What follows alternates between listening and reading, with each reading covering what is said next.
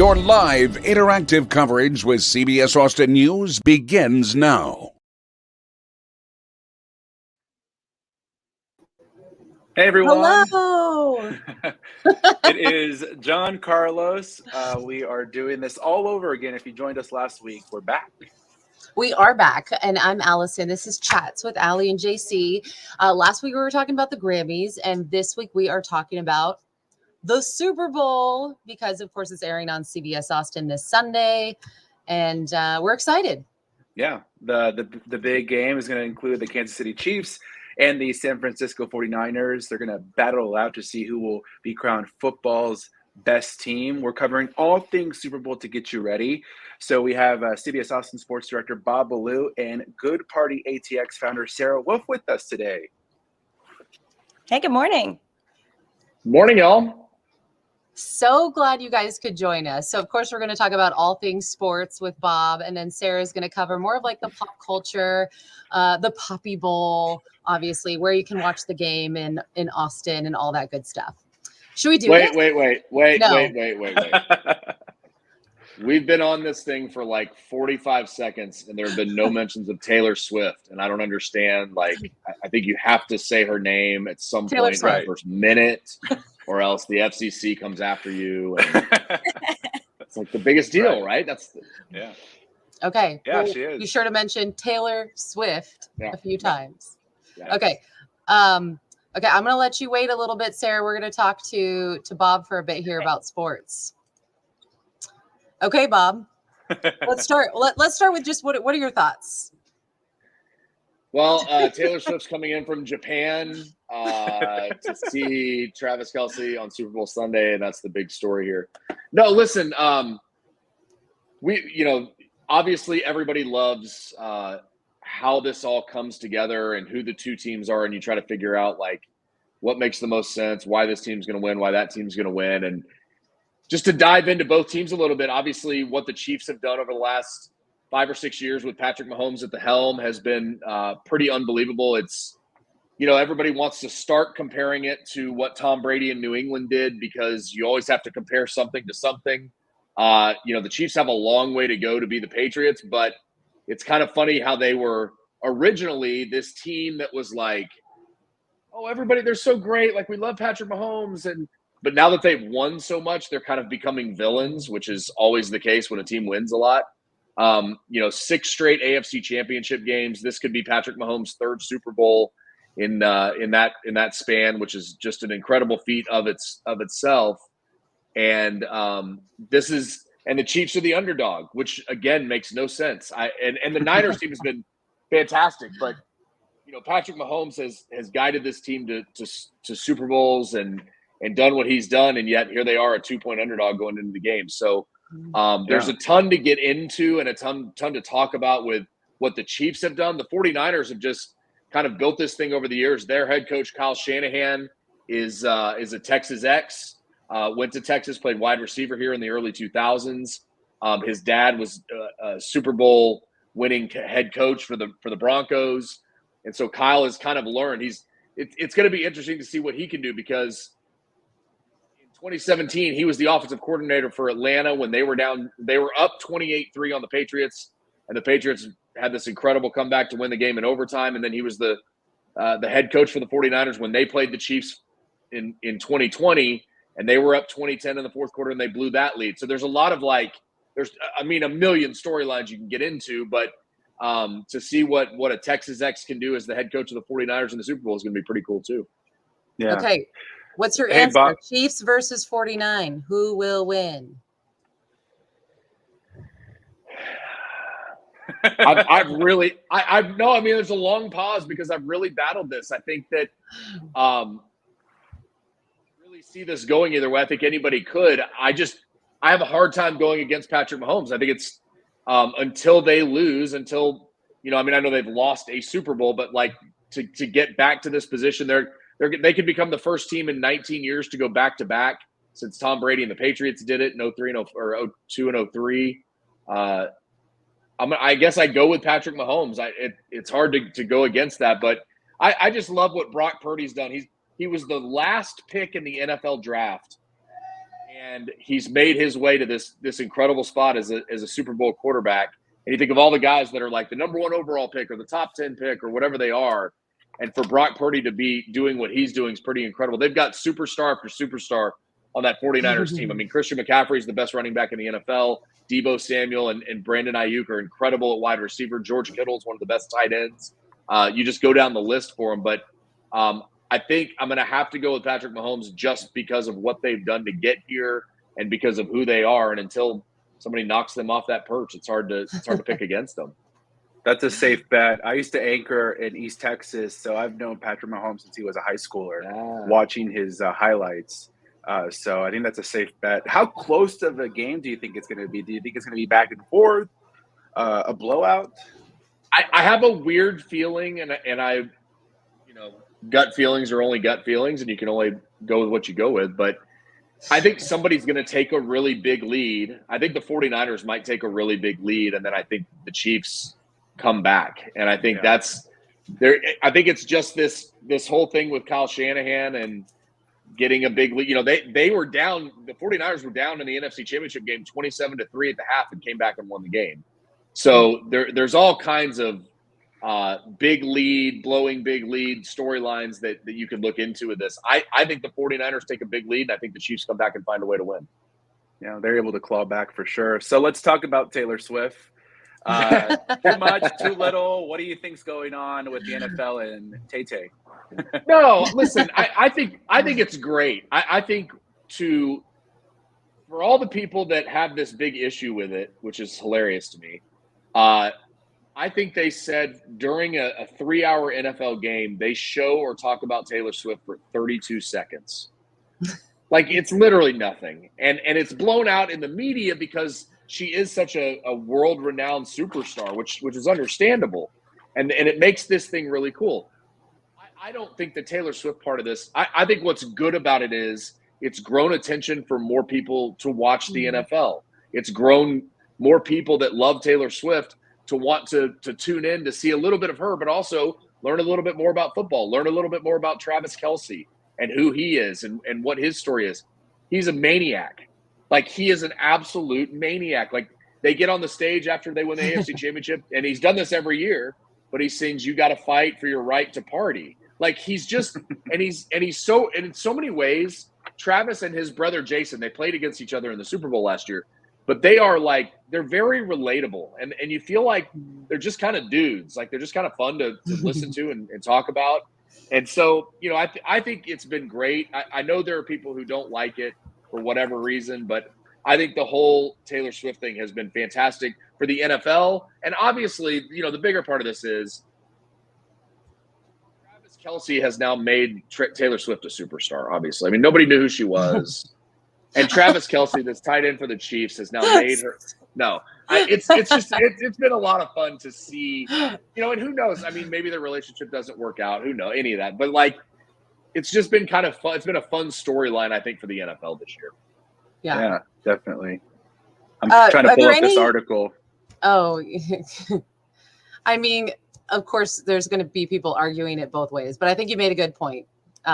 She's going to be there. You might as well. I'm going to make a game out of it. I feel like every time you see Taylor, you gotta, why not? Take a shot or do a push-up or something. yeah. But I think that's kind of the cool point of it is you may not see her a lot. Like, if Travis scores, obviously they'll get up to wherever her suite is. But this really has been overblown in the sense that they don't hit on it a whole lot. Outside of it, yeah, people write articles and talk about it, and we're talking about it now. But in game, you just don't see it a lot. And so to say that it's been overblown, I think is fair, just from watch a football game and you probably won't see her a whole lot. Right. That's true. There's going to be some other things going on at the Super Bowl. Okay. Yeah. Before we bring Sarah in, one last question. Are there any Austin or Texas connections in the Super Bowl? Yeah. So like I mentioned, obviously the 49ers head coach, Kyle Shanahan, went to Texas. But on the Chiefs side, Charles Omenihu played at Texas. We covered him 3 or 4 years ago when he was here. And he had a great career here, and he's gone on to do some great things in the NFL. He tore his ACL in the AFC Championship game, so he won't be playing. but he made a huge play, a strip sack fumble in the AFC Championship game to give the Chiefs the ball back, and he just had a great year. Nick Bolton, who made had a fumble recovery for a touchdown last year in the Super Bowl, made a comment this week about how important Charles is going to be, just from that kind of guy on the sideline that gets you going, that knows can give you some information about what the 49ers are doing. So even though he's not playing, Charles and Minnie have a big impact on Sunday in the Super Bowl for the Chiefs defense. So yeah, it's kind of fun. 18 out of the last 19 years that Texas X has been in the Super Bowl. So Texas has had a really nice run here of players playing in this game. And obviously they won't have one playing, but there's a lot of interest in both Kyle and Charles going into the Super Bowl this year. Awesome. I love all the insights. I feel like I know more. We're prepared. Yeah. Thank you so much for chatting with us. Of course, guys. Thanks for having me on. Let's do this again soon. Yeah. Yes, let's do it. Okay. Let's bring Sarah on now. Hey, good So morning. we got all the sports lingo from Bob. Now we're going to talk more about the pop culture side of things. Yeah, I learned Let's a lot start from off- him. Now I'm going to impress my friends on Sunday. I'm going to be like, well, underdog. Yeah, I Yeah. feel like I was nodding along, like, yes, I know these things. Taking Like, notes. I don't know these things. Bob's the expert on that, of course. I think we should start with puppies. Yes. Yeah. What do you think? I have 3 of them at home, so I'm always down. Always with so- puppies. Yeah. So there's two big puppy bowls, right? Yeah, this is predicted. Press. I mean, just online chatter is that Animal Planet's Puppy Bowl with the Discovery Channel is going to be the cutest yet. They have Team Fluff versus Team Rough, and they're going to have over 130 puppies that are competing in this really hardcore football game that are all Hardcore. from, what I love about the Puppy Bowl is all of the featured puppies are from rescues throughout the country, and they kind of shine a spotlight on those rescue groups. And so they're featuring over 70 rescues and shelters. You get to learn more about where these dogs come from and their support systems, and it's just like the cutest thing ever. Not to mention the kitten halftime show if you're a cat person. Oh my goodness. I mean, they have something for everybody, right? As I a former love cheerleader it. myself, I love that it's there's a halftime show for sure. Yeah. Uh, Okay, so let's talk. The local Austin Humane Society Puppy Bowl is happening the day before the Super Bowl. Yes, if you want to get your fix in person, it's on Saturday, and it's kind of a two-parter event. They have their puppy bowl at the actual Austin Humane Society Saturday morning, where you can go and see the puppies like rough and tumble around a little football field. It's so adorable. You can actually adopt dogs of all ages there, as well as cats and kittens. They have like a food tailgating area where different food trucks compete to win, and so you can get tickets and buy snacks. They have a lot of pet-friendly vendors, so it's a lot of fun. It's definitely family-friendly, free to attend. Recommended if you're wanting to get a new pet to check that one out. And then afterwards, they have Puppy Bowl Live at Yard Bar off Burnett. And this is actually an event where you can bring your own dog and register them to play in another Puppy Bowl and see how they do. And your donation goes to the Austin Humane Society. So that's really fun. But even if you don't have a dog and you're not about to get a dog, like, it's worth it for the people and pet watching because everyone gets really into it and it's just the cutest. It's like watching Yeah. little kids play soccer. It's same. They're just kind of stumbling around the field. There's just so much joy. And I mean, you see puppies in like little football jerseys, like it's the best. It's just Yeah. the best. I have 3 Frenchies at home. One of them's a puppy, and it's just nonstop, just balls of fur just going all around the house. Ruffle. And then they'll just take a Just nap in tumbling the around. middle of it, right? A nap or potty Yeah, break in the middle exactly. of the field. You have to throw a flag. You're like, that's not allowed. Like, yeah. So let's talk about the other big thing that we're going to be looking for at the Super Bowl, not only the game, but also the commercials. I know that there's some really good ones. We've been featuring some of them on the morning show the last couple of days. But do you have ones that you're going to be looking out for? Yeah, I have a few that caught my eye. The first one was with Squarespace. It's called Hello Down There. And I thought it was really interesting that they tapped Martin Scorsese. And so, and I'm not quite sure yet. I saw some teasers of it. I know he makes an appearance in the commercial, and I'm not sure if he also helped direct it. You would think so. But it's going to be really artfully done. And the idea is kind of like, we're always looking down at our tablets and phones and like to take a minute and look up. And it's gonna be kind of cool, kind of futuristic. Yeah, look at that. I mean, it looks like it's an Oscar contender just because it has Mark. Like it's so beautifully shot, and so I think that one will be one that really catches people's eye. He's so beloved too, so that's really smart of them to team up with him. Yeah, I love watching him on like TikToks and things. It's fun to see people you've grown up with now be on like new social media platforms. The other one I'm really looking forward to that has had a lot of buzz, and it's had some like teasers happening all week, is the Uber Eats commercial that has like an all-star lineup, like Jennifer Aniston, hello, my favorite. It's gonna have David Schwimmer, Victoria, and David Beckham, so that should be really funny, especially if you watch their documentary this year, which I totally love. Yes, so good. Yeah, it's gonna have like everybody in it. I saw the Beckham's teaser. That one looks so funny because they call her, Jessica Aniston. It's so funny. And he's peeking around the corner and looking at just like the clip. I remember from the documentary. Yeah, this is the Rolls Royce. I think that's a cute spoof that they're doing. He's like, be honest. And she's like, oh yeah, Jessica's in it. Like, it's gonna be so cute. I can't wait to see what they do. Okay, so I know a lot of people, of course, are going to be watching it from home. If you can spend the big money, people will be in Vegas. Are there some good Austin spots to watch the Super Bowl? Yeah, it's kind of fun just to get out there, even if the team you're not rooting for is in the Super Bowl, right? And just watch it with friends. So one of the watch parties that caught my eye is Skinny's Off Track Bar, because they're going to be showing both the game and the Puppy Bowl beforehand, so you can actually get your fix and watch everything. Something for everyone in the friends group, and they're gonna have $5 smash burger. So I always love a good deal. Look at that! Look how cute! And this spot is also, I should mention, dog friendly, so you can actually bring your own dog out. Fun.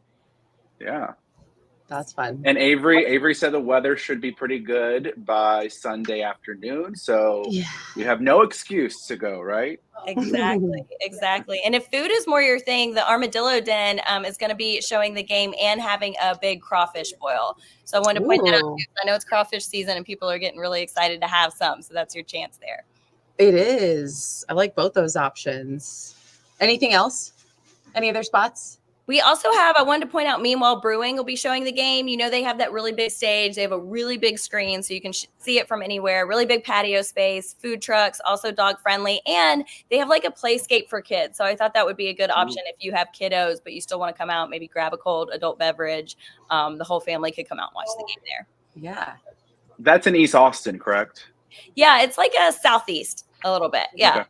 And then Howard's is a newer, like swankier sports bar in West Austin, and they're going to have drink specials. I know they mentioned like espresso martinis. So if you want to, kind of elevate your game watching experience, but then also balance it out because they're going to have corn dogs and chili dogs. So something for everyone. I'm all about the balance. Good combo. Howard's Austin. Yeah. Okay. Hold on. Let me show you this image real quick. So if you need any incentive to go. Oh, look at that. That's loaded. Yeah, very much so. Before we have one more. Oh, go ahead. Yeah, go ahead, JC. No, you go. I was going to ask about the. We're on the same page. The halftime show. Yeah, I wanted to ask you about what you think of Usher. If you think he's going to bring on anyone to duet with him, anything. I know he's coming to Austin. It was just announced that he's going to be at the Moody Center this year. Yeah, he's going to be at the Moody Center on October 7th, so we'll actually get a chance to see him in person. I think he's hitting up Dallas, too, so you could drive around, see him a few times.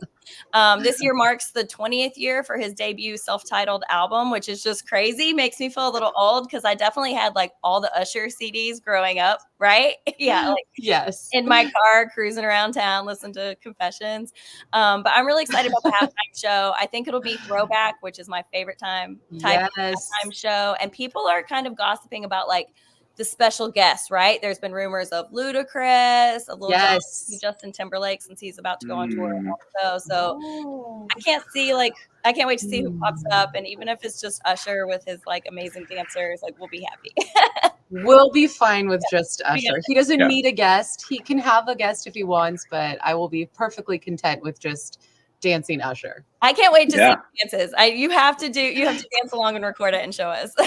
Oh, for sure. Yeah. Our whole family will be in there doing the dance to Yeah. He better do that song, obviously. Of course. Of course. Duh. I saw somewhere that he's going to go 15 minutes. The traditional time is 13, so an extra 2 minutes of Usher. I mean, Because that's it's fantastic. Usher. Yeah. Yeah. Give him the extra 2 minutes. Yeah, he needs it. I mean, come on. That's what a lot of us are waiting for, the commercials and halftime. Not that we don't love the football. Sure. Yeah. We'll throw football in there too. Just for good measure. We did ask Bob this question, Sarah, but what's your prediction? Do you have any predictions for who's going to take the big trophy home?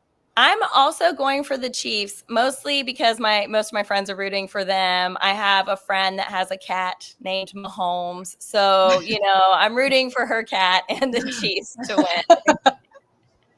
You're going for the animals. Exactly. If someone loves their animal enough to name them after a sports figure, then I'm in. I'll cheer for you. I love it. Well, thank you so much for chatting with us. This was a lot of fun. Thanks for having me. Have a good one. Yeah.